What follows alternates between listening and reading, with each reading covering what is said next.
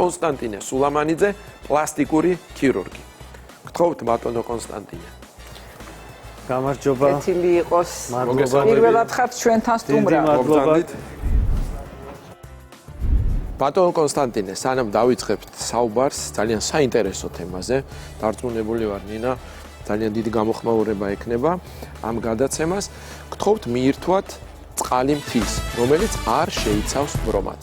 ბატონო კონსტანტინე, საუბრობთ ძალიან აქტუალურ თემაზე, რომელიც დარწმუნებული ვარ ძალიან ბევრ ქალბატონს აინტერესებს, კლინიკა Total Charm-ი. უფრო ვრცლად რომ მოგვიყვეთ, რა სახის მომსახურებას თავაზობს და კონკრეტულად რა სახის ოპერაციები კეთდება მკერდზე. კლინიკა Total Charm-ი თბილისში შემდეგ წელს აღნიშნავს 20 წლის იუბილეს. და ჩვენ ალბათ ვიქნებით მოწვეული სტუმრები. რა თქმა უნდა, დიდი სიაუნებით გელოდებით. ჩვენ კლინიკაში არის პლასტიკური ქირურგია, ლიცენზირებული არის როგორც ჰოსპიტალური დონის კლინიკა, იმიტომ რომ გვაქვს სამი საოპერაციო, გვაქვს ინტენსიური პალატები, პოსტოპერაციული პალატები. ანუ ყველა ეს ქირურგიული სტანდარტი რა უნდა აკმაყოფილებს დღეს, რაც არის მოთხოვნა. კი, აბსოლუტურად. და ამის გარდა არის დერმატოკოსმეტოლოგიური განყოფილება, 7 დერმატოკოსმეტოლოგი, ექიმი დერმატოკოსმეტოლოგი, რაც ძალიან მნიშვნელოვანი არის. პროფესორებიც კი ყავს ზოგი, ანგიოლოგები, გინეკოლოგიური, ესთეტიკური გინეკოლოგიაც არის ჩვენთან კლინიკაში, 3 ესთეტიკური გინეკოლოგი ყავს. ლაბორატორიაც, რა თქმა უნდა, ძუძუს გამოკვლევა, მამოლოგი, ეს ყველაფერი არის ასეთი სერვისი ჩვენ კლინიკაში და ბევრი წელია უკვე ღებულობთ პაციენტებს. ერთ-ერთი ყველაზე ესეთი გავრცელებული პლასტიკური ქირურგიული ჩარევა ეს არის ძუძუს ქირურგია. რა მეთოდებს ფლობთ? ჩვენს მაყურებას რომ მოუყვეთ, რა არის ის განსხვავებული ექსკლუზიური მეთოდიკა, რაც თქვენს კლინიკაში არის დანერგილი და მხოლოდ თქვენ გაქვთ ამისი ლიცენზია. ჩვენი კლინიკა გამოირჩევა იმით, რომ ყოველთვის ბოლო სტანდარტები და ბოლო მეთოდები რაც კი არსებობს ჩვენ გვაინტერესებს და ვიყენებთ, რა თქმა უნდა, რომელიც არის დადასტურებული გამოკვლევების მიერ. და ერთ-ერთი ასეთი მეთოდი ნამდვილად სასწაული არის Mia Femtech. ეს არის კომპანია Motiva, რომელიც აწარმოებს იმპლანტებს უკვე 15 წელია, მაგრამ ბოლო 5 წლის განმავლობაში შეიქმნა ეს Mia ტექნოლოგია. გავლილი აქვს ყველა საჭირო კლინიკური, ჰისტოლოგიური კვლევები, არის FDA approval-ი ეს კომპანია ამერიკაში და ეს სიახლე არის ჩვენთან კლინიკაში. მოკლედ, იმისთვის რომ კლინიკამ მიიღოს უფლება რომ ჩაატაროს ასეთი ოპერაციები, უნდა ჩამოიყვანოს ექიმი, უცხოელი, ტრენერი, რა თქმა უნდა. არ არის ეს ესეთი მარტივი საქმე და უნდა მიიღო ლიცენზია კომპანია Motivasგან, რომელიც გაძლევს საშუალებას, რომ შეასრულო ეს მეთოდი კლინიკაში. სპეციალურია ეს ინსტრუმენტარიუმი მოყვება ამ ლიცენზიას ერთჯერადი ყველა პაციენტზე და რა თქმა უნდა ინდივიდუალური იმპლანტები. რა არის ის უპირატესობა, რაც გამოარჩევს კომპანია Motivas პროდუქციას სხვა ანალოგიური ბრენდებისგან? მე გამომიყენებია ალბათ პრაქტიკულად ყველა კომპანიების იმპლანტები, რაც კი დღეს არის კარგი კომპანიები, ზოგი გერმანული, ზოგი ამერიკული, ფრანგული წლების განმავლობაში. და აი ბოლო სადღაც 1 წელიწადია, რაც ვიყენებ Motivas იმპლანტებს და ძალიან მომწონს. რატო? იმიტომ რომ არის ძალიან რბილი თვითონ სილიკონი, თვითონ ეს მასალა. ეს არის ნანოტექსტურის ზედაპირი. არის ძალიან რბილი და ამის დადებითი მხარე ის არის, რომ არის მრგვალი, ანუ ყველაზე ნაკლები რისკები არის ამ შემთხვევაში იმპლანტის მოტრიალებაც რომ მოხდეს, კერდის ფორმა არ იცვლება. რომ ამოტრიალდეს კიდეც იმპლანტი, კერდის ფორმა არ იცვლება. ძალიან რბილი არის და ამიტომ არ იწვევს ეგრეთ წოდებულ რიპლინგს, ანუ ნაკეცებს მკერდზე და დეფორმაციას. თუ ჭირდება ანატომიური პროფილის ამ შემთხვევაში რა ხდება? აი ეს არის ზუსტად ამ იმპლანტის ერთ-ერთი დადებითი მხარე, რომ იმდენად რბილი არის, რომ თქვენ თვითონ რომ ნახოთ ვერტიკალურ მდგომარეობაში, ხო, წვეთის ფორმას ღებულობს, ანუ მიყვება ბუნებრივ ჯირკვალს. პაციენტი რო წვება ჰორიზონტალურად, კერდიც ხო ზემოთ ადის უფრო. იმპლანტიც მიყვება. თუ თუ გვერდზე წვება, გვერდზე მიყვება, იგივენაირად იმეორებს ჯირკვალის ფორმას, რაც არის ამ იმპლანტის დადებითი მხარე, მაგრამ მთავარი აზრი MIA-FEMTECH ტექნოლოგიის მხოლოდ იმპლანტი არ არის. ეს არის მარტივი დაყენება იმპლანტის, იღლიიდან ყენდება იმპლანტი, განაკვეთი 2 სანტიმეტრი არის სულ. ეს არის უსაფრთხო დაყენება, იმიტომ რომ მინიმალური რისკი არის სისხლის დენის, მინიმალური რისკი არის შემდგომ სერომის. ჩვენ არ ვეხებით ქირურგები იმპლანტს ფაქტიურად. არანაირად. აი ეს სპეციალური ინსტრუმენტი არის, რომელიც შედის განაკვეთში და უნდა დააჭირო ღილაკს და წნევით შეგვყავს იმპლანტი იღლიიდან ჯირკვლის ქვეშ. შეხედეთ, ეს ხო პირდაპირ არ შეიძლება რომ შეიყვანო, ხო, დააყენო. ჯერ უნდა შეიყვანო ეს სპეციალური ინსტრუმენტი სივრცეში, შექმნა ჯიბე. ეს ჯიბე, როდესაც შეიქმნება, აწვება ქსოვილებს, ამავე დროს ვაზოკონსტრიქცია ხდება, ანუ სისხლის დენის რისკი არ არის ფაქტიურად. ამის შემდეგ უკვე, როდესაც ჯიბე შეიქმნა, შეგვიძლია ამოვიღოთ ეს ინსტრუმენტი და უკვე მეორე ინსტრუმენტი, ძირითადი ინსტრუმენტი დავაყენოთ ეს იმპლანტი. დადებითი კიდევ მხარე ის არის, რომ მე რაც დავაყენე, დღეს დილით გავაკეთე ერთ-ერთი ასეთი ოპერაცია, დღეს გავაკეთე სედაციით, პაციენტს არ ეძინა, საერთოდ უმტკივნეულო იყო მისთვის. იყო სიტუაციები, როდესაც ვენური ანესთეზიითაც გაგვიკეთებია ეს ოპერაცია, იყო სიტუაციები, ახლა გვეყოლება სტუმარი, რომელმაც სრულად ადგილობრივი ანესთეზიით გაიკეთა ეს ოპერაცია და მტკივნეული მისთვის არ იყო. რა არის უკუჩვენება მსგავსი ტიპის ოპერაციების ჩატარების შემთხვევაში? სტანდარტული უკუჩვენებები, რაც ძუძუს აუგმენტაციის დროს უნდა გავითვალისწინოთ, პაციენტი უნდა იყოს ჯანმრთელი, რა თქმა უნდა.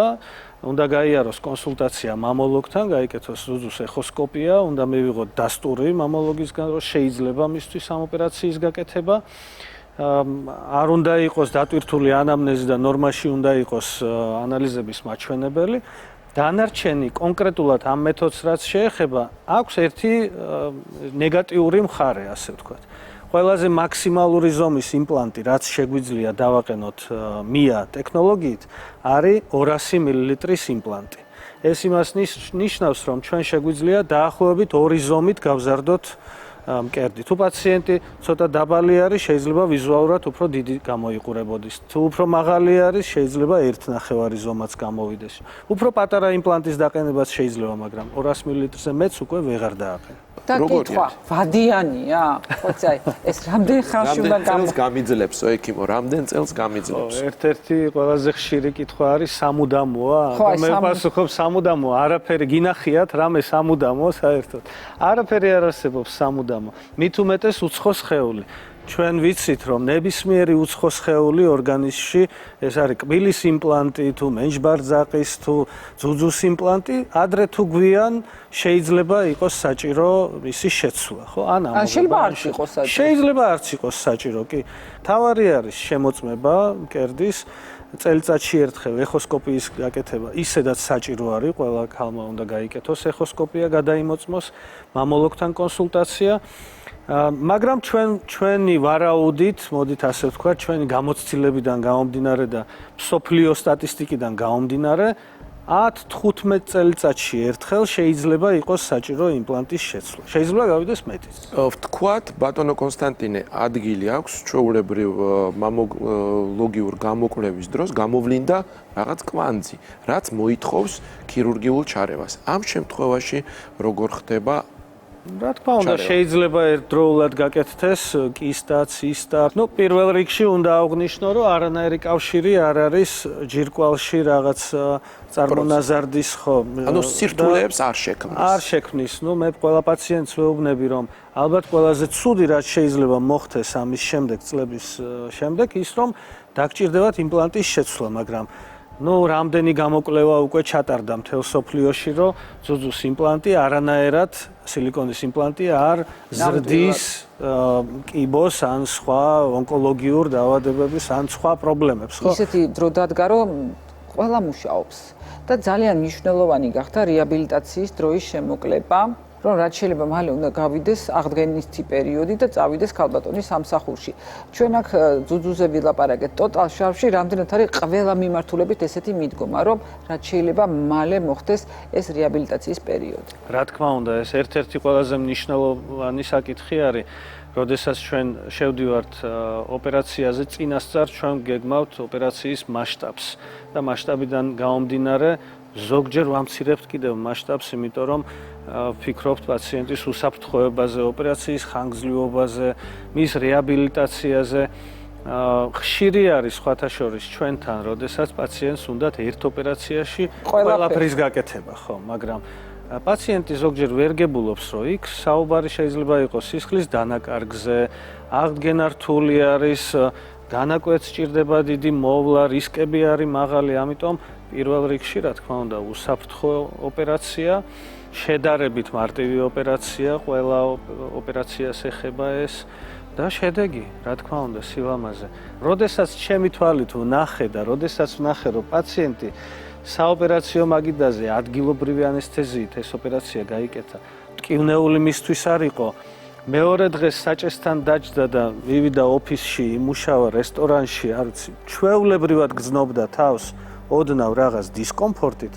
მე თვითონ დავფიქრდი და მე ძალიან შემიყვარდა ეს მეთოდი და მე ვფიქრობ, რომ მომავალში ყველა სხვა ოპერაცია ისედაც ვცდილობთ, რომ შევამციროთ, ხო, მასშტაბი და მცირე ინვაზიულად გავაკეთოთ ყველა ოპერაცია.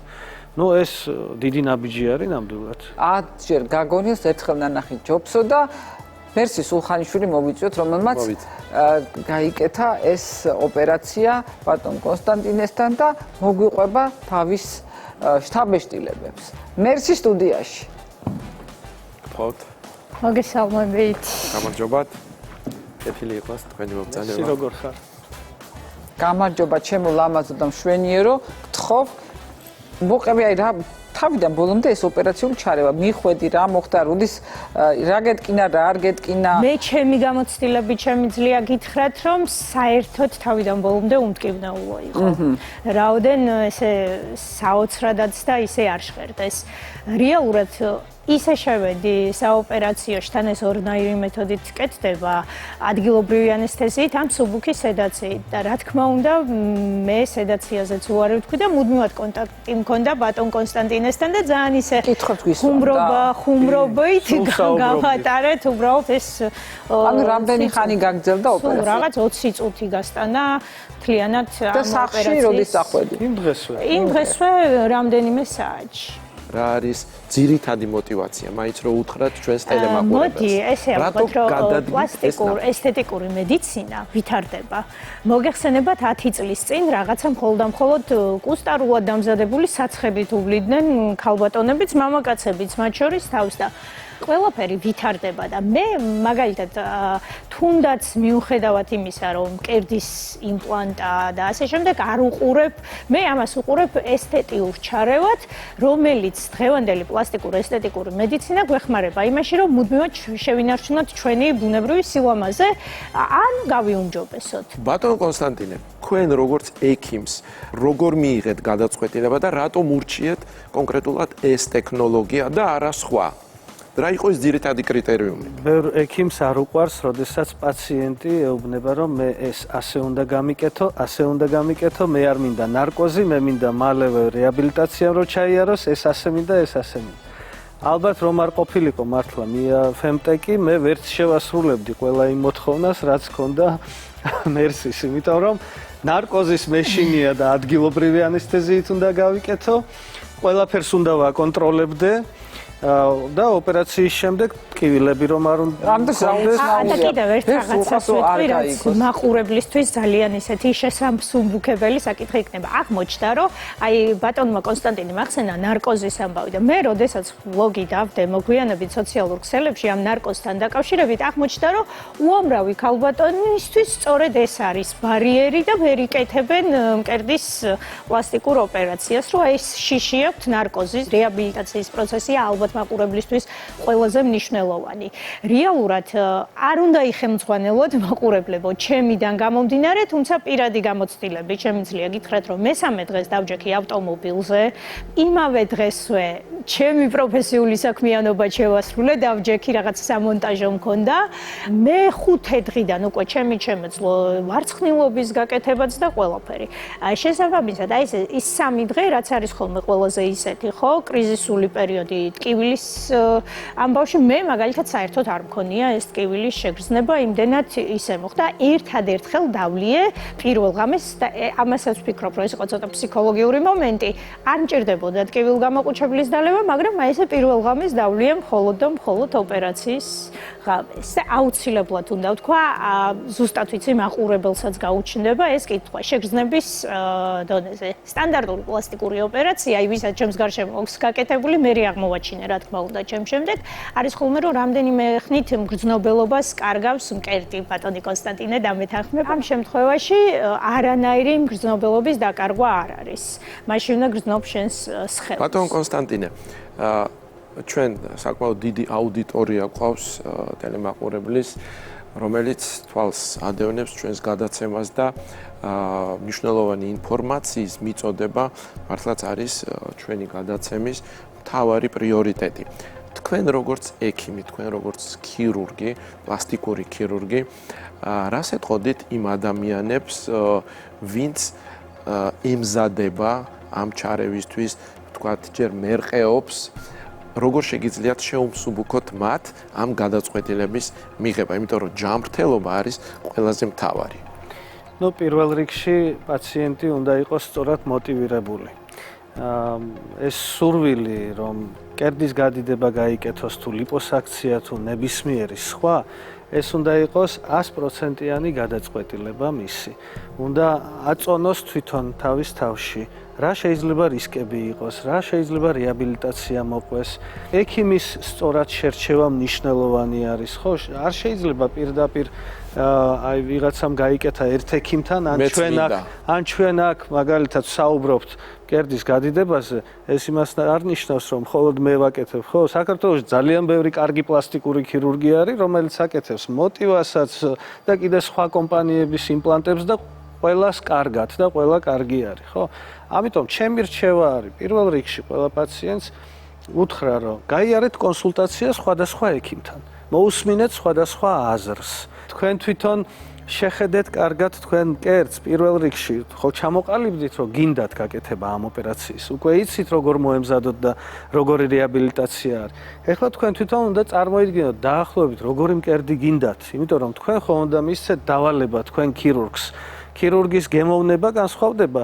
მე მაგალითად უფრო ვაფასებ, როდესაც ნამუშევარი არ ჩანს, რომ ვიზუალურად გაკეთებული, უფრო ვაფასებ ბუნებრივ შედეგს, მაგრამ არის კატეგორია ქირურგების, ვისაც უბრალოდ გემოვნება აქვს ცოტა სხვა, უფრო დიდ იმპლანტებს აყენებენ შედარებით. ალბათ სულ 1 ან 2 შემთხვევა მქონდა, როდესაც პაციენტი წლების შემდეგ მოვიდა და უფრო პატარა იმპლანტი დაიყენა, მაგრამ ის რომ უფრო დიდი იმპლანტი დაიყენა, მერე ამოიღო ძველი ადრე დაყენებული და უფრო დიდი, ეს უფრო ხშირი არის.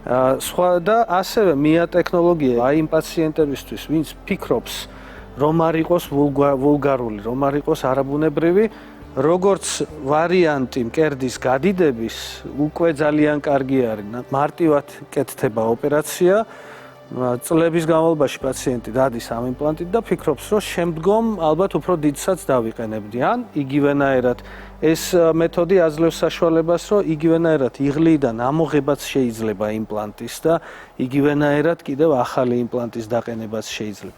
ამიტომ ყველა პაციენტს ურჩევ პირველ რიგში სწორად მოტივირებულები რომ იყვნენ, აირჩიონ ქირურგი, რომელიც მათთვის ყველაზე ახლო და დამაჯერებელი იქნება, რა თქმა უნდა, კარგი რეპუტაციით და კარგი შედეგებით და ასე ლიცენზირებული, რა თქმა უნდა, როგორც წესი და რიგი არის და დანარჩენი უკვე დაიცვა ყველა წესები, რაც რეაბილიტაციის დროს საჭირო არის მოусმინოთ თქვენ ექიმს. ძალიან საინტერესო იყო ჩვენი გადაცემის პირველი ნახევარი. ბევრი ქალბატონისთვის მნიშვნელოვანი ინფორმაცია გაჟღერდა. მართლაც ძალიან საინტერესო გამოვიდა ჩვენი საუბარი. მადლობა ბატონო კონსტანტინე თქვენ. კაბატონო მადლობა მერსის მამას მერსის. მართლაც მაყურებელმა მიიღო ძალიან მნიშვნელოვანი ინფორმაცია თუ როგორი თანამედროვე ტექნოლოგიების კურნალობა შეიძლება მიიღოს კლინიკა Total Charmში. მოვიწვიოთ სტუმრები. ბატონი გუგა კუზანოვი, პლასტიკური ქირურგი, ბატონი ივა კუზანოვი, პროფესორი, პლასტიკური და რეკონსტრუქციული ქირურგი და ბატონი გოგიტა ზაგნიძე, პლასტიკური და რეკონსტრუქციული ქირურგი. მიხარია მოსაცრუხეთ. მოგესალმებით. გამარჯობა. გუგა, მოდით ჩვენს ტელემაყურებელს აუხსნათ რა არის ეს იმპლანტები, მოტივას ბრენდის და რით განსხვავდება ეს პროდუქცია სხვა ბრენდებისგან. მოტივა არის ბრენდი, რომელიც არის უკვე 10 წელიწადზე მეტი, მე მგონი ბაზარზე საერთოდ, თუ არ ვცდები. ამერიკული ბრენდია და FDA აღებული აქვს, რა თქმა უნდა და თემ სოფლიოში არის. ახლა ბოლოს კონგრესებზე რო დავდივართ, რო უყურებთ, საკმაოდ ბევრი ქირურგი გადავიდა ამ ბრენდზე და ახლა რა ხდება? მოდი აქედან დავიწყოთ. იმპლანტი არის უცხო სხეული. გინდა მატივა, გინდა სხვა ბრენდის იმპლანტები. ეს არის მაინც უცხო სხეული. მაგრამ ამ უცხო სხეული ხა ყველასთვის გასაგებია რა არის, ხო? ბოლო მონაცემებით, რაც საერთოდ არსებობს სოფლიოს სტატისტიკით, ყველაზე ნაკლები პროცენტი კაფსულური კონტრაქტურის აქვს ზუსტად ამ იმპლანტს. და კაფსულური კონტრაქტური ეს არის ყველაზე ესეთი გართულება, რომელიც მოყვება ნებისმიერ იმპლანტაციას, ანუ დადიდებას. აი ერთ-ერთი ყველაზე დიდი პლუსი უკვე ეგ არის. როგორც ვიცი, დღეს საერთაშორისო კონფერენციებზე, როდესაც განიხილება ეს საკითხი, ძალიან დიდ მნიშვნელობას უკვე ანიჭებენ არა მხოლოდ ფორმას, არამედ მის შემადგენლობას, რაც ძალიან მნიშვნელოვანია. ეს არის გელის მაგვარი, როგორც ვიცი, შიგთავსი, რომელიც არის აბსოლუტურად არეაქტიული, ნაკლებ რომც მოხდეს, თქვა დაზიანება ამ აპკის, არის აბსოლუტურად არეაქტიული და აი რატომ არის ეს მნიშვნელოვანი პაციენტებისთვის? ჩვენ ამბობთ, რომ აი თქვა დაირღვა იმპლანტი, ანუ რუპტურა მოხდა, გაიხა ჩვეულებრივ იმაზე, ენაზე რო ვთქვათ და იქიდან შიგთავსი გადმოვიდა პირდაპირ ძუძუში, ხო? შიგნით. სარძევე ჯირკვალში, კუნთში და ასე შემდეგ. რა თქმა უნდა, ამ შემთხვევაში, როცა ვთქვათ თავისუფალი სილიკონი რო შევიყვანოთ, ადრე აკეთებდნენ მაგას, სამწუხაროდ კიდე არსებობს ეგეთი მეთოდები. საქართველოში მე მგონი უკვე მაგას არავინ არ აკეთებს, მაგრამ კეთდება. საშიშროება რა არის, რომ ეს თავისუფალი სილიკონი რა არის? ეს არის ბლანტეს სითხე, რომელიც შედის ქსოვილში და მერე არის საკმაოდ დიდი პრობლემები მიგრაციის შედეგად. ზუსტად მიგრაცია და იქამდე მიდის საქმე, რომ კანქვეშა მასტექტომია კეთდება. ანუ მთლიანად ძუძუს იღებენ, კანქვეშა მასტექტომია, ესე ქვია მაგას. ამისგან დაზღვეულები ვართ, იმიტომ რომ ამ იმპლანტში რომ მოხდეს რუპტურა, ანუ გახევა, ეს გელი მაინც არ გადმოვა ქსოვილში. ჰომოგენურია თქვენც რომ აი ესე რომ მოკიდო ხელი და დაიჭირო იმპლანტი. აი წარმოიდგინე გვერდზე რო იყოს გახეული, ეს სითხე მაინც არ გადმოვა. მაინც დარჩება შიგნით. რა თქმა უნდა, ეგეთი იმპლანტი უნდა გამოიცვალოს, მაგრამ აი ეს გართულებები, რაც შეიძლება მოყვეს თავისუფალ სილიკონს, რომელიც ჩვეულებრივად შედის ყველა ქსოვილში. აქ ეს მომენტი არის გამორიცხული თავიდან ბოლომდე. კედლის ბუნებრივ ფორმაზე არის ყოველთვის აქცენტი პაციენტებში. ყველას უნდა რომ გქონდეს ბუნებრივი და რომ არ ეტყობოდეს, რომ იქ არის იმპლანტი გამოყენებული. ამ შემთხვევაში ამ მოტივას იმპლანტების გამოყენება რამდენად ამართლებს შედეგს, რომ შედეგი იყოს ბუნებრივი. აქ მრგვალი ფორმის არის და თუ აი ანატომიური ფორმაა საჭირო, ამ შემთხვევაში რა ხდება? ეს არის მრგვალი იმპლანტი. ხო სწორია? ეხლა როგორია? წვეთისებური. წვეთისებური. პლუსი რა არის, რომ ადამიანს უნდა ვთქვათ, კონდეს უფრო ბუნებრივი მკერდი. უნდა გამოვიყენოთ მაშინ ანატომიური იმპლანტი. მაგრამ ანატომიური იმპლანტს ერთი ყველაზე ცუდი თვისება აქვს, ეს არის როტაცია. აი თქვათ, ეს არის ანატომიური, ხო? რომ ჩავაყენო და თავიდანვე რო კონდეს ანატომიური ფორმა, როტაცია რომ მოხდეს, ანუ ჩვეულებრივ ენაზე მოტრიალება იმპლანტის. ეს მოტრიალდება და მოხდება რა, რომ ზედა ნაწილი უფრო სქელი ექნება და ეს ბრტყელი და მკერდის ფორმა იცვლება. ეს პირდაპირ ჩანს. ამ შემთხვევაში აქ ეს არ ხდება, იმიტომ რომ ეს არის მრგვალი, მაგრამ როგორც კი დააყენებ, არის ანატომიური. რომც მოტრიალდეს, ეს გელი გადავა ქვემოთ და მაინც იქნება ანატომიური. კაფსულური კონტრაქტურის განვითარება არის კერდის ძუძუს აუგმენტაციის ერთ-ერთი ყველაზე ხშირი გართულება და ძალიან დიდწილად დამოკიდებულია ხოლმე იმპლანტის ხარისხზე, მის ზედაპირზე. ამ შემთხვევაში თუ არის რაღაცა კვლევები, რაც მიუთითებს, რომ ამ იმპლანტის შემთხვევაში ეს გართულება უფრო ნაკლებად განვითარდება. ან თუ არ არის კვლევები, რას ველით ამ იმპლანტის შემთხვევაში? კვლევები ჩატარებულია საკმაოდ ბევრ კლინიკაში, მსოფლიოში, წამყვან კლინიკებში და ყველა მივიდა იმ აზრამდე, რომ ყველაზე გლუვი რომელიც არის, ის არის ყველაზე ნაკლებ მიზეზიანი, რომ განვითარდეს კონტრაქტურა. ბატონო ივან, თქვენ როგორც პლასტიკურ და რეკონსტრუქციულ ქირურგს ძალიან ხშირად გიწევთ ხოლმე ონკოპაციენტებთან მუშაობა. რო აუხსნათ ჩვენს ტელემაყურებელს, არის თუ არა იმის საშუალება, რომ ვთქვათ, ერთ მომენტად გაკეთდეს, ვთქვათ, ამოკვეთა გარკვეული კერის და პარალელურად იმპლანტის გადანება. კანქვეშა მასტექტომია, იქვე შეიძლება გაკეთდეს პრავე ჩაიყენოს იმპლანტი. აქ ორი აზრი არაა. როცა კეთდება გლობალური ამპუტაცია მკერდის, ესე იგი ამოკვეთა მთლიან დრილი არჩება, კანის არჩება, რომ კანი რომ მიიტანო, რომ შეხორცოს, ისიც პრობლემაა. აი ამ შემთხვევაში უნდა გამოიყენო ესპანდერი, იმიტომ ესპანდერი სივრცეს კი არ ქმნის, წელავს ამ კანს. ხო, ადიდებს. და იმიტომ შეიძლება უკვე იმის მიხედვით, იმ ზომის მიხედვით ჩააყენო იმპლანტი. ბევრ შემთხვევაში, როგორც თქვენ, რომ ესპანდერიც ვერ ერევა მაგისთან პრობლემას. აი, მაშინ უკვე რეკონსტრუქციული ქირურგია. მე ახლა ხელში რომ მამწია, ძალიან მომეწონა, რომ სუბუქია.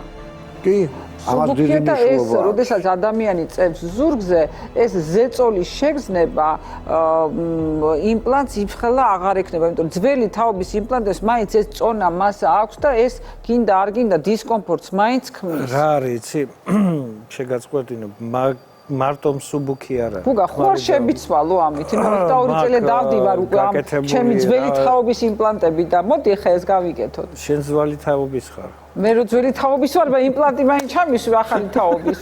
ჯიბე როცა იქნება კუნთის ქვეშ, ან თუ საშუალება არის თქვა ჯირკვლის ქვეშ.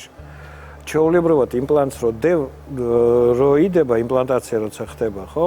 ის იმპლანტი მაინც ბოლომდე არ ავსებს ამ ჯიბეს. ნუ ეხა მაგას ტექნიკასაც აქვს, რა თქმა უნდა, მნიშვნელობა, მაგრამ აი ამ მარტივასი რაც მაქვს გაკეთებული, ზუსტად დადებითი, ნუ პირველი კაფსულური კონტრაქტურა, მეორე რომ მრგვალია და შეიძლება ანატომიურად გამოიყენო. მესამე ის, რომ ძალიან კარგად ავსებს აი ამ ჯიბეს. იმიტომ რომ ჯიბეში, შექმნილ ჯიბეში თუ სივრცე დარჩა, ეს არის კანონი ქირურგიის, ეს სივრცე რაღაცით უნდა შეივსოს. რაღაცით ეს არის სითხე, ხო? ხო და ამ შემთხვევაში ეს იმდენად კარგად ამას ავსებს და იმდენად მერე პრინციპში ბუნებრივად ეს გამოიყურება, რომ ესეც არის ერთ-ერთი ძალიან დადებითი თვისება ზუსტად ამ ბრენდის. რა არის ის ძირითადი გართულებები, რომელიც შეიძლება ხვდებოდეს ასეთი რეკონსტრუქციული და პლასტიკური ქირურგიის დროს. იმიტომ რომ ნახეთ თქვენ 10 წლებია გამოცდილება გაქვთ და ქირურგი, რომელიც არის პრაქტიკოსი, რომელიც არის შემდგარი, მას არასოდეს არ უჭირს საუბარი გართულებებზე, იმიტომ რომ ეს ჩვეულებრივი ამბავია. აი რა არის მაყურებელმა რომ იცოდეს ის ძირითადი გართულებები. პირველი გართულება ეს არის კონტრაქტურა. მეორე, როცა ორგანიზმი ებრძვის და ვერანაირად უნდა ამოიღო იმპლანტი. და ეგეთი გართულება, როგორც წინათ იყო ეს დაჩირქება და რაღაცა უბედურება, ეგეთ ეხლა უკვე აღარა.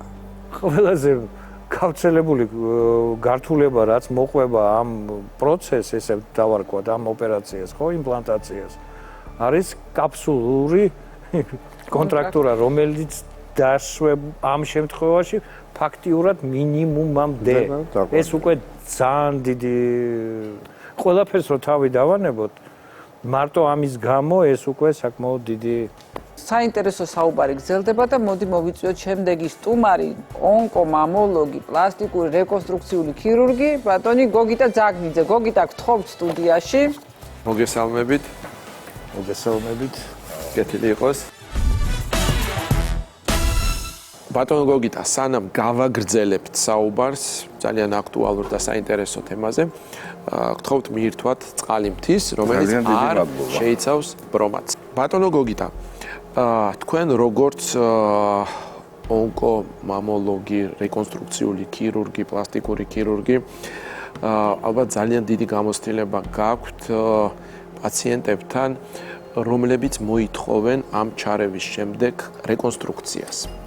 თან, როდესაც ვსაუბრობთ ონკოპაციენტებზე, ძალიან მნიშვნელოვანია მათი ფსიქოლოგიური და თუნდაც ფიზიკური მხარდაჭერა. დიდი მადლობა მოწვევისთვის, ძალიან სასიამოვნო თუ გამოცდილებაზე ვსაუბრობთ, გამოცდილება აქ არის და ძალიან ბევრი რამე გვისწავლია ჩვენ ბატონი ივასგან და მისი ჯგუფისგან, იმიტომ რომ პლასტიკური ქირურგია რომ არ განვითარებულიყო, ამ საკითხზე დღეს ვერ ვისაუბრებდით.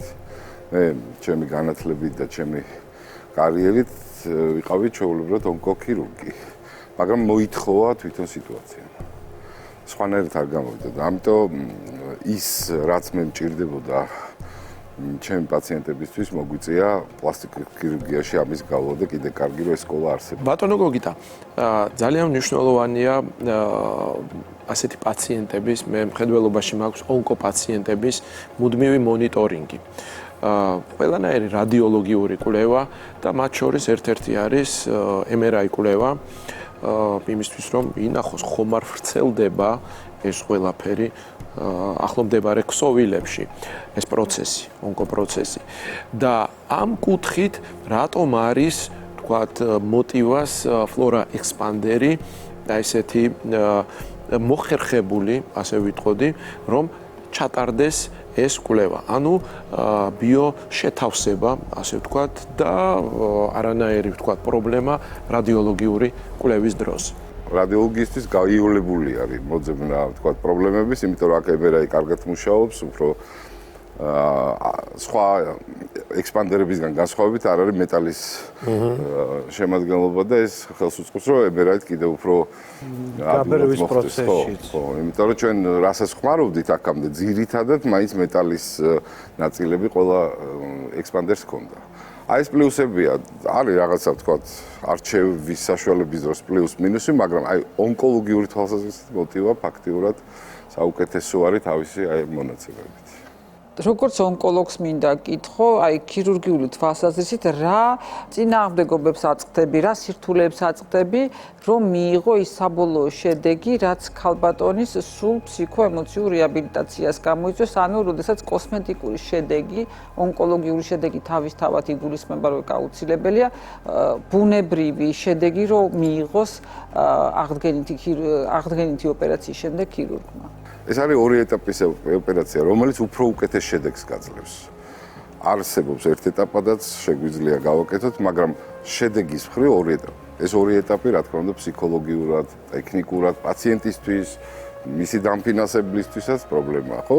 აი ესეთი ტექნიკური მომენტებია. დანარჩენი ძირითადად პლასტიკური ქირურგია მუშაობს უკვე იმ ქსოვილებზე, რაც ხდება ქირურგს და იქედან იწყება აღდგენა სხვადასხვა მეთოდებით. ეხლა ჩვენ ამ წუთას მოტივაზე ვსაუბრობთ, რომ უამრავი სხვა მიკროქირურგიული ან ქირურგიული საშუალება ავტოტრანსპლანტატის და ამის კომბინაცია და ასე შემდეგ. ეხლა ჩვენ რაზე ვსაუბრობთ, ზუსტად ექსპანდერებზეა, მათ შორის მოტივაცია.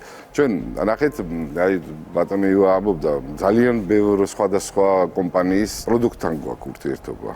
და ქირურგი რა თქმა უნდა ირჩევს საუკეთესოს, უფრო უსაფრთხოს, უფრო ადვილად დასამორჩილებს. აქ ამ შემთხვევაში ძალიან სასიამოვნოა აი ამ ექსპანდერებთან მუშაობა ჩემთვის პირადად და შედეგების შესაბამისად ეს გლუვის ზედაპირი, რაზეც საუბრობდით, გვაძლევს სხვა კაფსულას. უფრო ადვილ, აი მათ შორის ხიური თერაპიით დაზიანებულ ქსოვილებში უფრო კარგ შედეგს. ყოველ შემთხვევაში კიდევ ერთხელ ვამბობ, ახალი დაწყებული გამოყენება ამ პროდუქტის და ჯერჯერობით ყოველთვის კმაყოფილება. ამას დრო უნდა ნინო, ამას უნდა გამოცდილება. შეიძლება რაღაც გავიდეს წლები და რაღაც აზრები შეიძლება თვითონ პროდუქცია დაიხვეწოს და ასე შემდეგ. ეს მიმდინარე პროცესია. ისევ ბატონი ვასუდა მიმართო დამეთანხმება ალბათ რომ ერთ მომენტად დაწყებული ონკოლოგიური და პლასტიკური ქირურგია უკეთეს შედეგს გვაძლევს. თუმცა მე კიდევ ვთქვი რომ ეს ერთ მომენტში არ მთავრდება, ერთ ეტაპზე არ დასრულდება.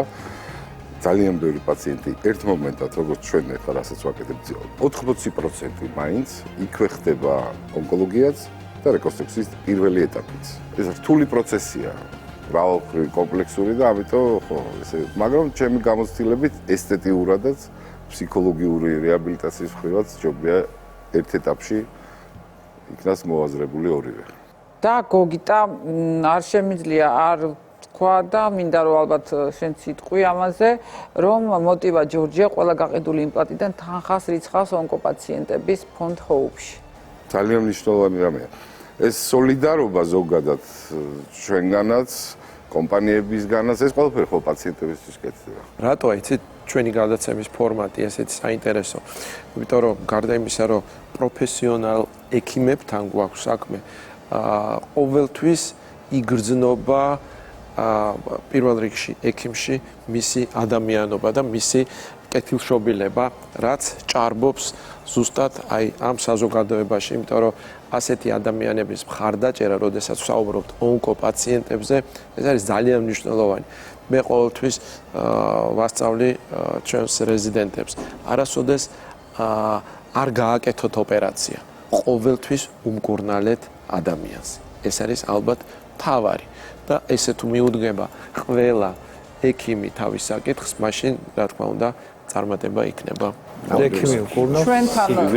ჩვენთან გადაცემაში ყოველთვის ყავს ის ექიმები სტუმრად, რომლებიც კი არ აკეთებენ თავის საკითხს, არამედ მკურნალობენ პაციენტებს.